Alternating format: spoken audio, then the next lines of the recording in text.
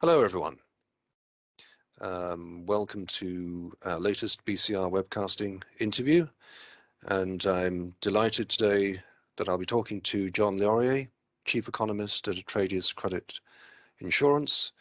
And I'm talking to John in advance of our Receivables Finance International Convention, which will take place in London on the 26th and 27th of May.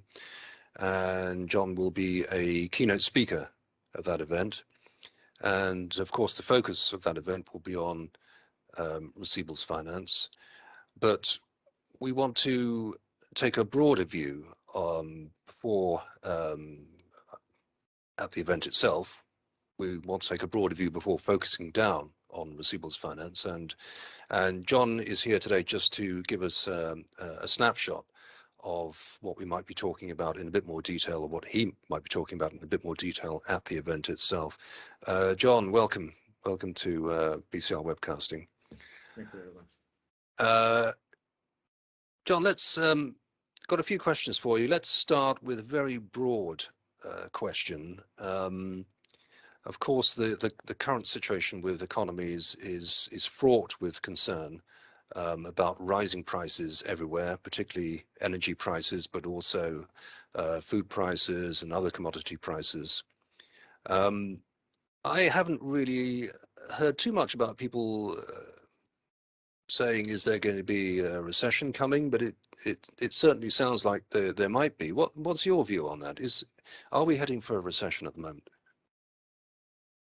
As we see it at the moment, we don't think. Yeah, I think the recession is still relatively far off.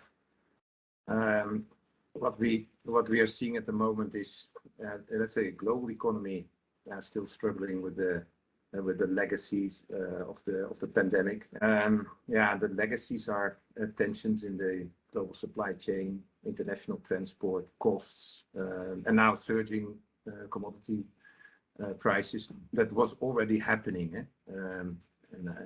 Including commodity prices, including oil, gas, even coal. And that has led before the war already to significant increase of prices. So inflations to levels that we haven't seen for quite a lot of time. And this was already, let's say, a reason for economists to scale back their forecasts. Over the past couple of months before the war broke. And now we are facing this war, and that leads to kind of sometimes wild speculations about its impact. But it's certainly clear that it's aggravating the underlying problems that the global economy was already facing, especially related to commodity prices, and especially related to surging inflation. Now, but you don't think a recession is heading our way? I think it's still global growth will still be relatively robust in the range of 3 to 3.5%. That means that there's been scaling back of forecasts. Of about, let's say, 0.6 to even perhaps 1% due to the war, as we see it at this stage. But no recession. It is a hit, and it's uneven. I think it's important to highlight that. The closer you are geographically to the war, the harder your economy would be hit. So European economies are much harder hit than the US economy. That's for sure. But at this stage, there's a lot of uncertainty, and it depends on the length of the conflict. But given that let's say somewhere in 2022 this is halted, and that there is no sudden ban on oil and gas exports or imports from Russia. We think we are still far from a recessionary environment at global level. Okay. Yeah. And let's focus a little bit more, focus down a little more on global supply chains, and the impact of COVID. I guess that's kind of dying away a bit in Europe anyway, perhaps.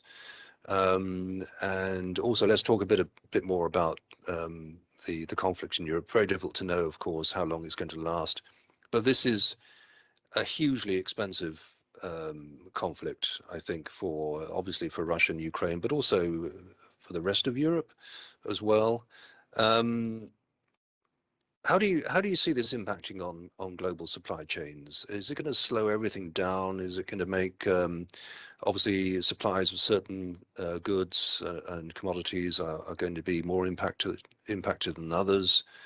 Um, how do you see the supply chain position?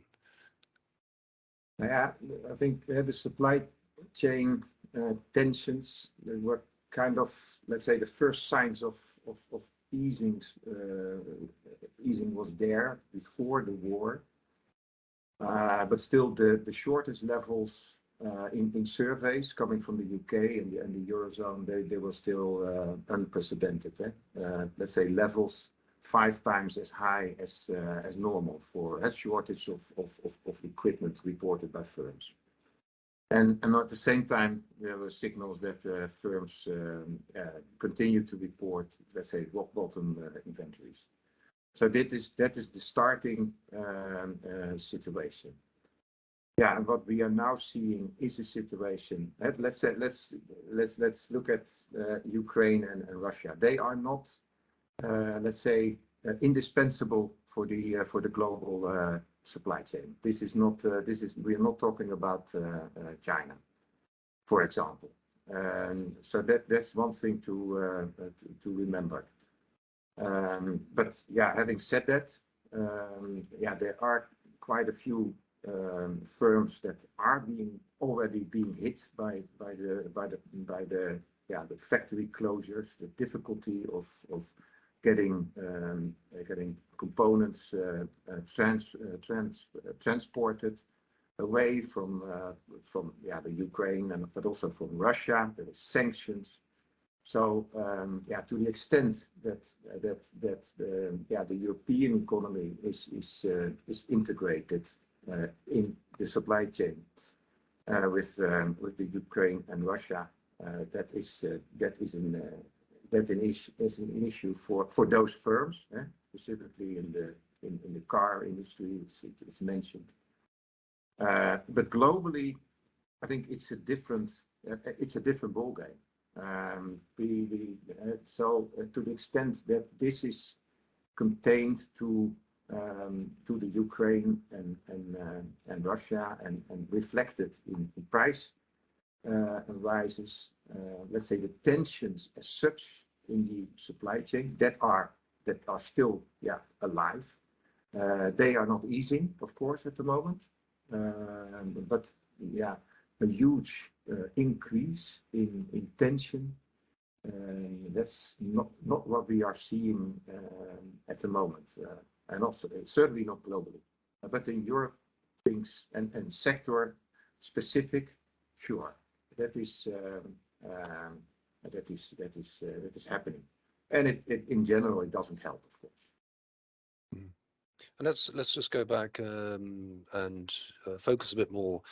As you mentioned, prior to the pandemic and prior to the conflict in Ukraine, this was still, to some extent, this issue with supply chains had already started, and began perhaps with the China-US relations under Trump. There's now a new administration in the US, of course, and one wonders if that may change the position in terms of the relationship between China and US. And then, of course, compounding the position even more is the situation with, well, I'm guessing it's compounding the position even more, but the situation with China and COVID.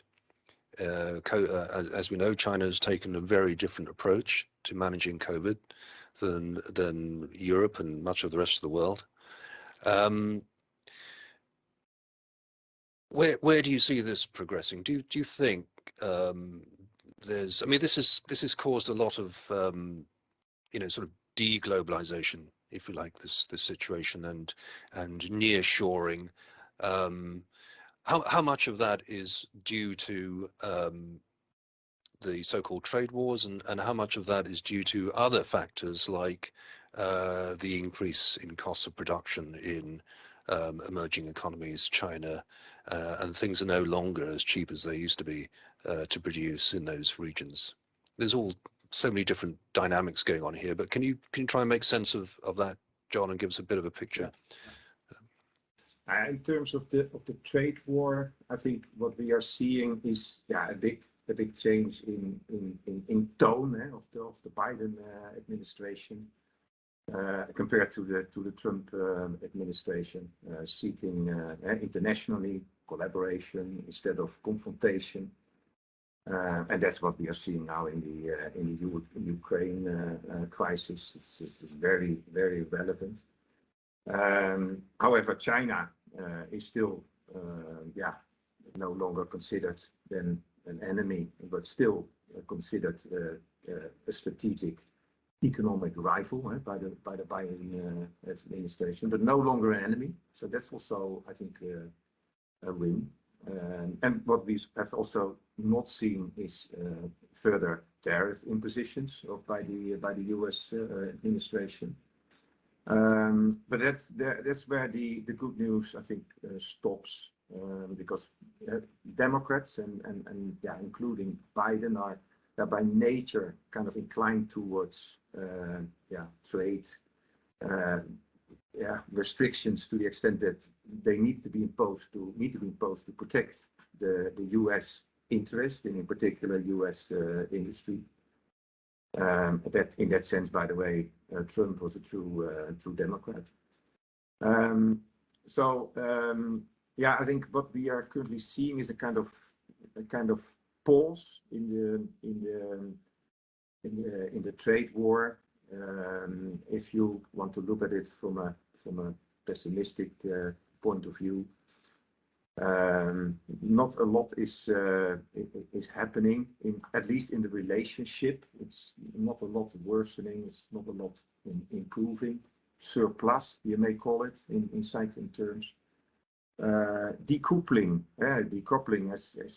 as it is feared is also not what we are seeing. We are seeing trade between the U.S. and China increasing as part of the Phase 1 agreement that the Trump administration agreed on.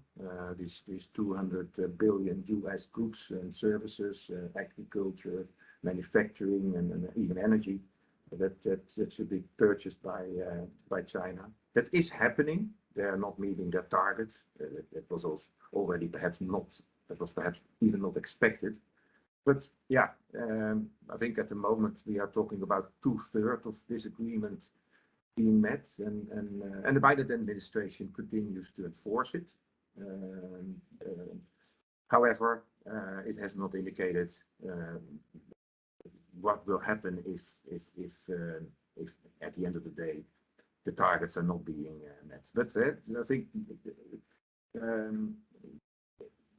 there is still something happening on the background, and you sometimes also hear the U.S. president expressing some unfriendly messages towards China. But that's part of China being considered as an economic rival.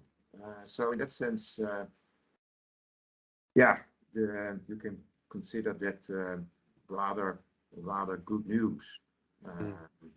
At least not a further escalation that we could have seen under a continuation of the previous administration. Do you think the way China is managing the COVID crisis, does that have much of an impact on trade, international trade? I was about to add that to, let's say, to the concerns that we have related to the supply chain. because the way they are managing it, they are still, they're doing that, on a zero tolerance basis. Factories are still being closed. Personnel is going to be quarantined if infected, and so it's very rigorous. We are seeing delays also in the ports. There are reports about delays in the ports again. China is now facing a kind of a resurgence of the pandemic to some extent. So that is not helping the situation. That is not helping, not easing the tensions in the global supply chain. But it's I think a temporary situation. You may hope that it won't last forever, and then goods would normally start to flow again, and that's what we would expect at this moment, that supply chain tensions will ease, because the source of the supply chain tension is that there's been a huge demand, let's say, redirected from services to goods.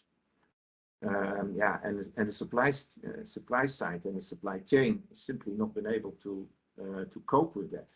And that has led to these distortions. And now what you're seeing, the economy is basically going into the reverse, where services are now, let's say, picking up, and the pressure on the industry, on the goods side of the economy is being eased from the demand side. Yes, so I think that would naturally lead to an easing of the tensions in the supply chain. Apart from that, firms are adapting. They are seeking alternatives. That's what firms are. That's in their nature. Sure. So okay. So yeah. Let's focus down a little bit further and look at something which has a particularly direct impact on our clients and people that will be attending RFIx in May, and that's interest rates. So how do you see? We've seen some rises in interest rates over the last few weeks and well, more than that. What do you see happening in terms of interest rates in the near to medium term? I think here we need to make a clear distinction between what is happening in the US and also in the UK to some extent, and what is happening in the Eurozone. I think that's one, not in the sense that inflation is so much different, but the underlying situation in the economy is really different. In the US, basically the economy is really getting a little hot, growth is solid, and very importantly, the labor market is very tight, and unemployment is running at about 3.5%. I think if I have noted down the latest figure correctly, and what we observe in that relation is that wages are rising very quickly to levels comparable with current inflation levels, and that implies that in the US the risk of this well-known vicious circle between inflation and wage growth is real, and that is exactly the reason why the Fed is acting, or has at least announced to act quickly at the moment, with a series of